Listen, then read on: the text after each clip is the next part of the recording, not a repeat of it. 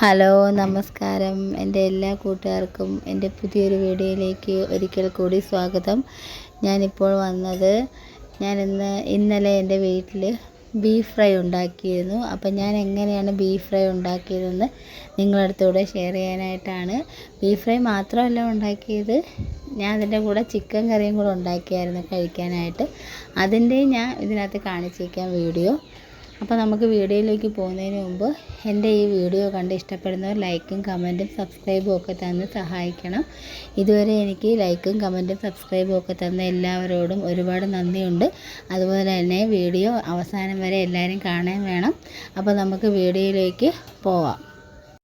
വീഡിയോയിൽ കാണിക്കുന്നത് പോലെ ഞാൻ 1 കിലോ ബീഫാണ് മേടിച്ചത്. ആ 1 കിലോ ബീഫ് നല്ലതുപോലെ കഴുകി വൃത്തിയാക്കി മാറ്റി വെച്ചതിന് ശേഷം അതിലേക്ക് മഞ്ഞൾപ്പൊടി, ഉപ്പ്, മുളക് പൊടി, പിന്നെ ഇച്ചിരി കുരുമുളക് പൊടി, പിന്നെ ഗരം മസാല, ഇതെല്ലാം കൂടി ഇട്ട് കുറച്ച് വെള്ളം ഒഴിച്ച് ഞാൻ കുക്കറിൽ വെച്ച് വേവിച്ച് മാറ്റി വെച്ചതിന് ശേഷം ഒരു ചെറിയ ചീനച്ചട്ടിയിലേക്ക് കുറച്ച് എണ്ണ ഒഴിച്ച് ഉണക്കമുളക് ഇട്ട് കൊടുത്ത്, എന്നിട്ട് സവാള കുറച്ച് അരിഞ്ഞ് വെച്ചത് തട്ടി അത് ഇച്ചിരി ഉപ്പിട്ട് വഴറ്റിയതിന് ശേഷം കുറച്ച് ചുമന്നുള്ളി അരിഞ്ഞ് വെച്ച് അതും ചേർത്ത് ഇഞ്ചി വെളുത്തുള്ളി പേസ്റ്റ് ഇതെല്ലാം ചേർത്ത് കറിവേപ്പില എല്ലാം കൂടെ ചേർത്ത് നല്ല വഴറ്റിയെടുത്തതിന് ശേഷം ഞാൻ ഈ വേവിച്ച് വെച്ചിരിക്കുന്ന ബീഫ് അതിലേക്ക് തട്ടി ഒന്ന് നല്ലതുപോലെ മിക്സാക്കി കൊടുത്തു.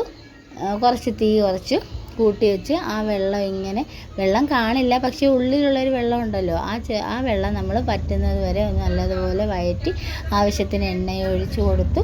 ഇങ്ങനെ വഴറ്റി നല്ല അടിപൊളി ബീഫ് ഫ്രൈ ആക്കി എടുത്തു. ഇത്രയും ചെയ്ത് കഴിഞ്ഞപ്പോൾ നല്ല സൂപ്പർ ബീഫ് ഫ്രൈ കിട്ടിയായിരുന്നു. നല്ല ടേസ്റ്റായിരുന്നു ചോറുണ്ണാനായിട്ട്.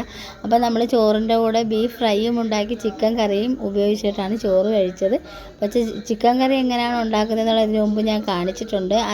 ഞാൻ ഇതിൻ്റെ കൂടെ ഒന്ന് ഇട്ടേക്കാം. അപ്പം എൻ്റെ വീഡിയോ എല്ലാവരും ലാസ്റ്റ് വരെ കാണണം. അപ്പം ഇനിയും പുതിയ വീഡിയോയുമായിട്ട് വരുന്നത് വരെ എല്ലാവർക്കും നമസ്കാരം. എല്ലാ കൂട്ടുകാർക്കും ഓക്കെ, ബൈ.